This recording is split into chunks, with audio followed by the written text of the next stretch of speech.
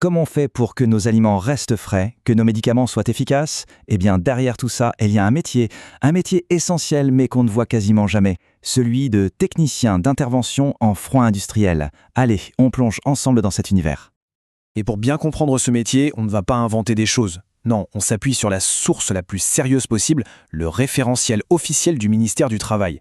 C'est en quelque sorte la carte d'identité, le portrait robot super précis de cette profession à l'heure actuelle. C'est vrai, on n'y pense presque jamais. Mais qu'est-ce qui protège tout ça? Derrière cette fameuse chaîne du froid, qui est si cruciale dans notre quotidien, il n'y a pas que des machines qui tournent toutes seules, non.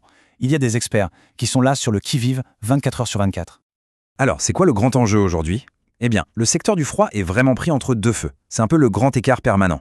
D'un côté, on a une demande mondiale pour du froid qui explose littéralement. Et de l'autre, on a l'urgence climatique qui nous tombe dessus, avec des règles de plus en plus strictes. La question, c'est comment on fait pour concilier les deux?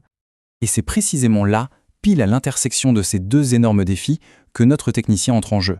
C'est lui ou elle qui est en première ligne au carrefour de tout ça. C'est bien plus qu'un technicien en fait. C'est un véritable artisan de la transition énergétique.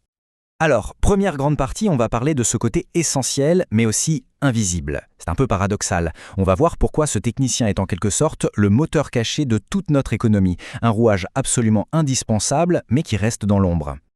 Bon, concrètement, ça ressemble à quoi ces journées? Son travail, on peut le découper en 4 missions principales. Et attention, l'éventail est large. Ça va de la petite installation qu'on pourrait presque avoir au coin de la rue jusqu'aux énormes complexes industriels, de vrais monstres de puissance.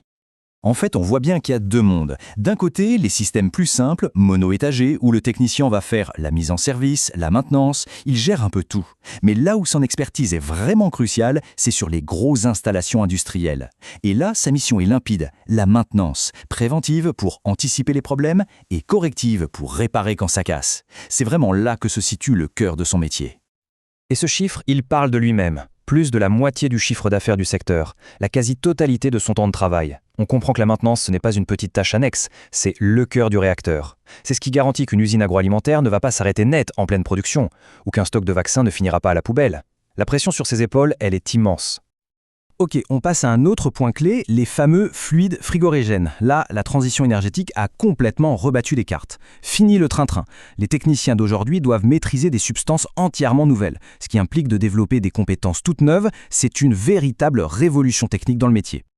Il faut donc oublier les anciens fluides, ceux qui étaient très polluants. La nouvelle donne, ce sont les réfrigérants dits naturels. Aujourd'hui, un technicien en froid industriel, il travaille avec quoi? Eh bien, avec du CO2. Oui, du dioxyde de carbone. Avec de l'ammoniac, le NH3, ou encore avec des hydrocarbures comme le propane. Mais attention, il y a un mais. Qui dit plus écologique ne dit pas forcément moins dangereux. En fait, c'est même souvent le contraire. Le CO2, par exemple, ça fonctionne avec des pressions absolument dingues. L'ammoniac, c'est toxique. Et les hydrocarbures, eh bien, c'est inflammable. Donc quand on manipule ça, le droit à l'erreur, il est proche de zéro. Et l'autre révolution qui a tout changé, c'est le numérique. On parle de GTC, la gestion technique centralisée. C'est quoi? En gros, c'est le cerveau numérique de toute l'installation. Grâce à ça, le technicien peut, depuis sa tablette, surveiller une usine entière, analyser des flots de données en temps réel, et bien souvent, il sait déjà ce qui ne va pas avant même d'arriver sur le site. C'est un gain de temps, d'efficacité, c'est juste énorme. On en arrive logiquement à un point crucial. C'est une profession à haut risque. Forcément, avec toute cette complexité technique, tous ces produits chimiques, le danger, il est partout, tout le temps. Et c'est justement pour ça que l'expertise, elle, doit être certifiée. Ce n'est pas une option, ce n'est pas négociable. Le quotidien d'un technicien, c'est de jongler en permanence avec les risques. Le risque électrique, avec de la haute tension, le risque lié à des équipements sous très haute pression, le risque chimique avec des fluides toxiques ou inflammables. Et on n'a même pas parlé du travail en hauteur ou dans des températures extrêmes, parfois glaciales. Non, clairement, on n'est pas sur un job de bureau.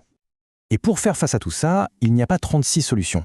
La réglementation est hyper stricte. Chaque technicien doit détenir des certifications obligatoires. L'habilitation électrique, c'est la base. L'attestation d'aptitude pour manipuler les fluides, indispensable. Et une formation spécifique pour la sécurité avec l'ammoniac. Ces certificats, ce ne sont pas juste des bouts de papier. Ce sont de véritables boucliers. Allez, dernière partie, parlons carrière. Avec un tel niveau d'expertise, des compétences aussi pointues, où est-ce que ça mène? Eh bien la réponse est simple, ça mène partout où c'est critique, au cœur des secteurs névralgiques de notre économie. Ce technicien, on le retrouve où? Dans l'agroalimentaire, bien sûr, dans l'industrie chimique, la pétrochimie, dans le secteur pharmaceutique, dans les gigantesques entrepôts logistiques. Pour faire simple, partout où un seul petit degré de différence peut faire perdre des millions d'euros, eh bien ce professionnel est tout simplement indispensable. Et ça se traduit par quels intitulés de poste concrètement? Il y a le classique technicien frigoriste, évidemment, mais aussi conducteur d'installation frigorifique, dépanneur en froid et climatisation, ou encore mécanicien de maintenance des systèmes climatiques. Bref, ce sont des carrières solides qui offrent pas mal de possibilités d'évolution. Finalement, on le voit bien, être technicien en froid industriel, c'est beaucoup plus qu'un simple métier technique. C'est presque une mission. C'est être le gardien de ces systèmes invisibles qui permettent à notre monde de fonctionner. C'est un défi immense au quotidien, mais c'est un rôle absolument essentiel. Merci d'avoir suivi cette présentation.